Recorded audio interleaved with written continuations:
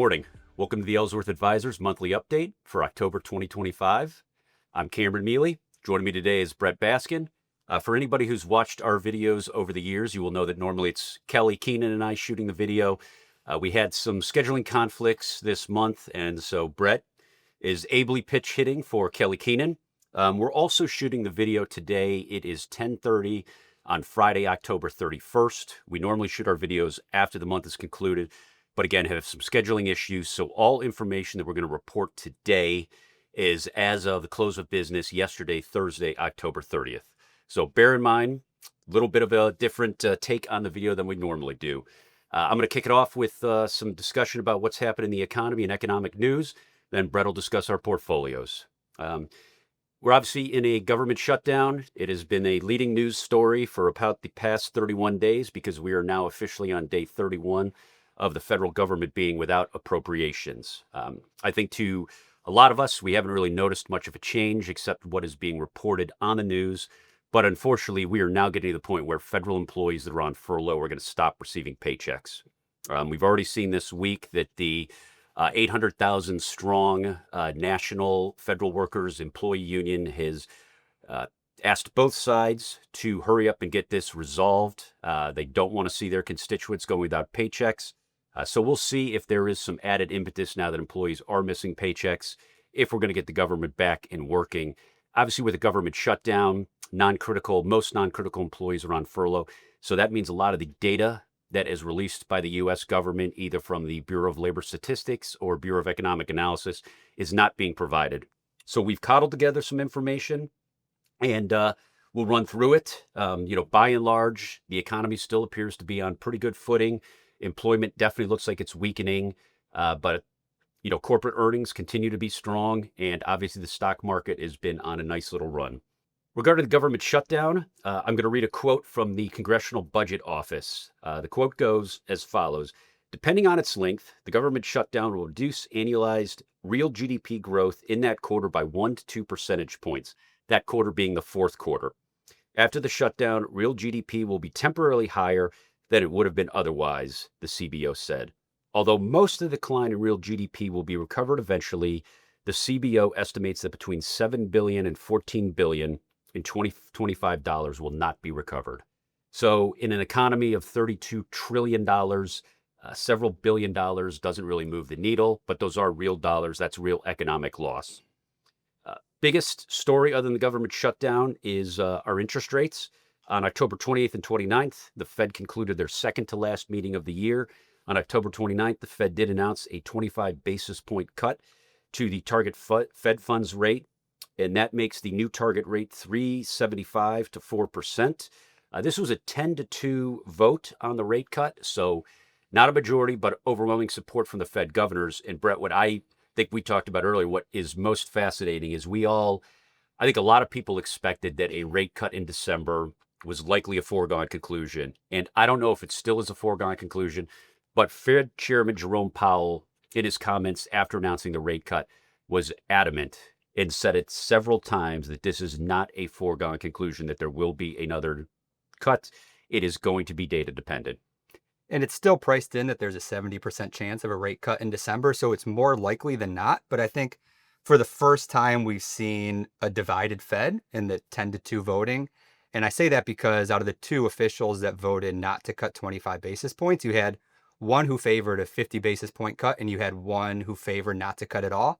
I think that just highlights the fine line that they're trying to walk right now, where if unemployment is getting a little bit out of control and you want to cut interest rates in order to spur the labor market, you also risk either inflation ticking up a little bit or staying stagnant. So it'll be interesting to see what happens over the next 2 months. I think if we had this conversation, as you mentioned a month ago, we would have both said the next rate cut is going to be in December. Yep. 2 months is a long time. Let's monitor what happens with unemployment. Let's monitor the government shutdown. Does that affect the labor market at all? And monitor what happens with inflation too. And as I think those become a little bit more clear, it'll be more obvious as we get closer to the December cut what the Fed is actually going to do. Yep, absolutely. Great point. I mean, the Fed really is, unfortunately, in a no-win situation. I mean, you have President Trump, who is really demanding interest rates. I mean, they'd be at zero if President Trump had his way. Obviously, we can't sit at free cash and you can't just print money because that is incredibly inflationary.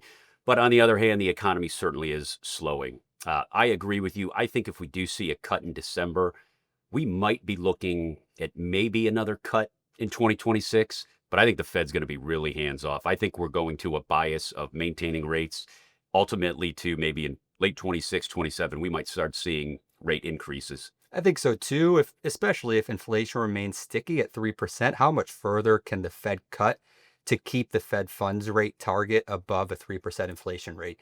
If you know, Jerome Powell said 2 days ago that their target still remains 2%, and that at the current rate, they view the Fed funds rate as moderately restrictive. So theoretically, you could see inflation either tick down or stay where it's at. If it stays where it's at, they can't cut more than 2 or 3 times and get the Fed Absolutely. funds rate towards 3 to 3.25, but somewhere in that range of 3.25 to 3.75 seems realistic somewhere in the middle of 2026. Absolutely. In other news, President Trump just concluded what appears to be a very successful swing through Asia. Um, Biggest highlights were new trade agreements, negotiated trade agreements with China, South Korea, and Japan. So it was a good swing. I think, what gets lost in a lot of this is that President Trump and his administration really have rewritten a lot of our trade policy. And I do believe a lot of it for the better. Mhm. There could be, there's going to be some short term pain with tariffs. But again, asking people not to charge you for bringing in your goods while they charge you doesn't make sense. And he's trying to level the playing field. And I think he's done a nice job of using the position of the presidency along with the might of the largest economy to really drive home those points. A couple more pieces of economic news. The one jobs report that we do have is not from the Bureau of Labor Statistics.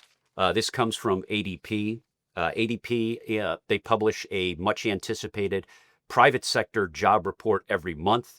They've decided now that they're going to a weekly report, which will be a couple of weeks in arrears. But we are going to get ADP's look at the private market every week, which right now is extremely helpful. On October 11th, ADP published their first weekly report for the 4 weeks trailing October 11th. And that report showed an increase in 14,250 jobs in those 4 weeks ending October 11th. So on a monthly basis, that's roughly 60,000 jobs. It's growth. It's relatively anemic, but it does fit in line with the trend that we've seen over the last several months. There is some dislocation in employment.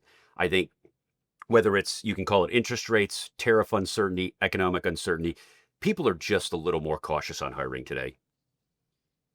Let's turn to two more pieces of information. One piece of published government data, inflation number, consumer price index. On October 24th, the Bureau of Labor Statistics reported that the consumer price index increased 0.3% in September.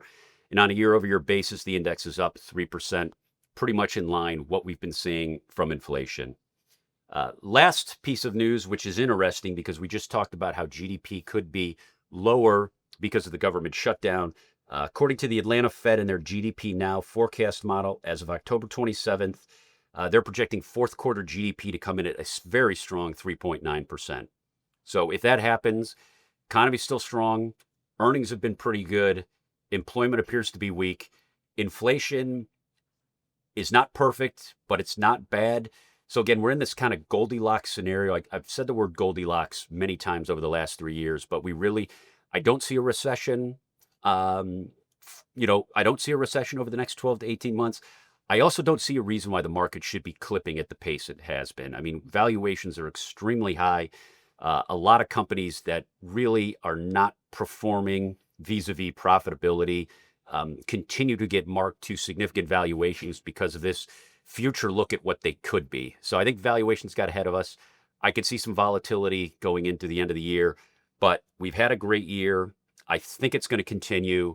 There is going to be some volatility, but I don't really see an issue out there that's going to cause us to have a major pullback. Outside of the government shutdown extending longer than it should, and that having an effect on GDP growth heading into the latter part of the year from a market standpoint, where you should get your classic Santa Claus rally, and that should help fuel market performance through 2025.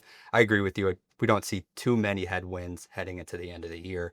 And you mentioned that valuations have gotten a little out of control over the past few months.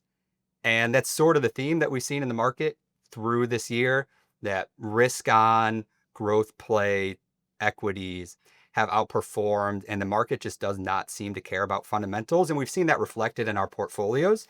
Before we get into index performance and portfolio performance, uh, portfolios that do have an allocation to some of those risk on growth plays have had a really great year to date performance number. And some of our more value oriented, fundamentally driven portfolios just haven't quite caught a bid yet. And that's just an overall theme that we've seen in the market up to this point. The market might not care about fundamentals, but we at Ellsworth Advisors do care about fundamentals. Correct. And that's how we look at our investments. So indices during the month of October, the S&P 500 was up 2.42%, Dow Jones Industrial Average 2.6, NASDAQ 4.38, the Russell 2000 1.26, International was up 2.2%, and emerging markets had a great month, again up 5.37, and also the Bloomberg US Aggregate Bond Index was up 0.66%. For the year, the S&P 500 is up 15.99, Dow Jones Industrial Average 11.7%, NASDAQ is up 22.11, Russell 2000 up 10.57, International up 23.94, emerging markets up 31.26, and the Bloomberg US Aggregate Bond Index up 6.88%. Heading into our Ellsworth model performance, growth of income, which is our balanced model. For the month of October, it was up 1.6%, and year to date up 15%. It's having a great year. Some of the October gainers were Nucor, Nvidia, and Toyota. The laggards, Nike, EOG, and Berkshire. Year-to-date gainers have remained consistent. We've seen Nvidia continue their good run of performance. Gold, which is having a great year still. Raytheon, also up 53% year-to-date. And then the laggards, Nike, EOG, and Lennar. Our dividend yield portfolio, as I mentioned, dividend yield is having a difficult year, simply a fundamentally driven, value-oriented dividend-paying portfolio, which just hasn't performed as well year to date. Yeah, this is always a great core portfolio of us. I mean, Kelly often calls it our widows and orphans portfolio. These are conservative companies, good companies, profitable companies with strong balance sheets, strong cash flow conversion. But frankly, they're mature businesses and they don't have the AI bid. So they've lost some of their sex appeal to the market. But at the end of the day, if you're going to build a portfolio, these are great companies to build. Great companies to own, and a portfolio that should perform well when we do end up seeing a period of volatility. For the month of October, the portfolio was down 2%, and year to date, it's flat. Gainers for the portfolio during October were AEP, Cisco, and Amgen, and laggards were AT&T, Altria, and Packaging Corp. Year-to-date gainers, AEP, Johnson & Johnson, and Cisco, and laggards year-to-date, Bristol-Myers, and Public Storage. Our appreciation and income portfolio, October performance had a great month, up 3%, year-to-date up 19%. October gainers were Lam Research, Herc Holdings, and Broadcom, which has continued to be a good performer in this portfolio. October laggards, T-Mobile, Meta, and Kinder Morgan. Year-to-date gainers, Lam Research, Amphenol, and Broadcom again. And year-to-date laggards, Zoetis, and Energy Transfer Partners. Price potential portfolio, which continues its strong run year-to-date. October was up 9%. Year-to-date, this portfolio is up 37%. Some of the same names, which have been gainers throughout the year, continued their strong run of performance in October. Advanced Micro Devices was up 58%. And Celestica was up 38% for the month of October. Celestica year-to-date in our portfolio is up 400% since we added the name on April 7th. Some of the laggards and price potential include T-Mobile, which was down 12% for the month, Facebook down 9%, and Ziff Davis down 11%.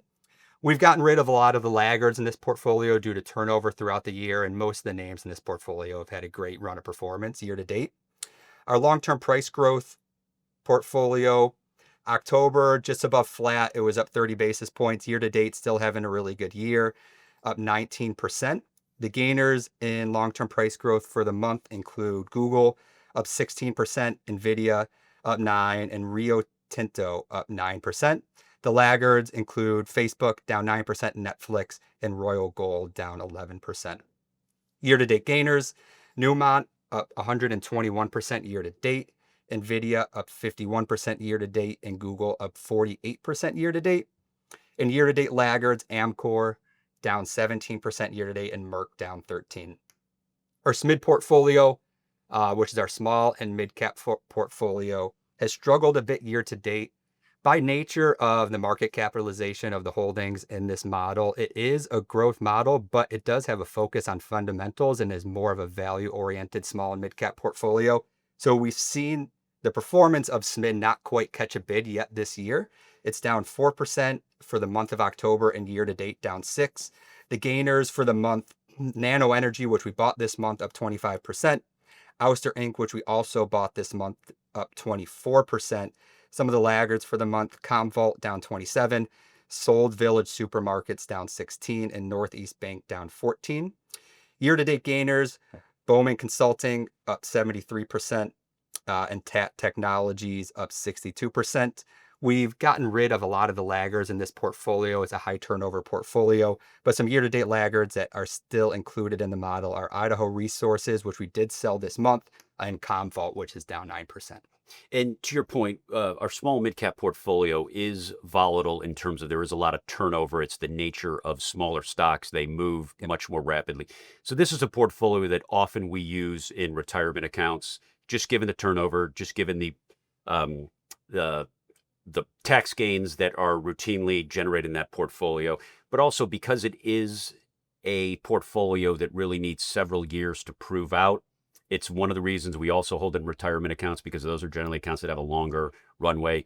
If someone needs cash, we know they're going to need cash in 12 months. This isn't the portfolio for them. But this is absolutely a portfolio that makes sense. It's part of being well diversified.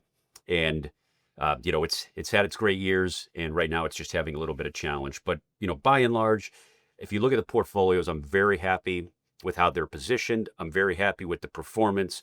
Again, all of you that have watched these videos and talked to your advisors, we really focus on value and fundamentals. And sometimes that's not the sexy way to make money, but over the long term, it works. So I want to thank my buddy Brett Baskin for pitch hitting. We're going to have to get him a SAG card now. He did so well. And we will talk to you again in 1 month. If you have any questions, please feel free to reach out to us. We are approaching the holidays. So early happy holidays. Hope you have a great fourth quarter. And we'll talk to you in a month. Thank you. Thanks, everyone.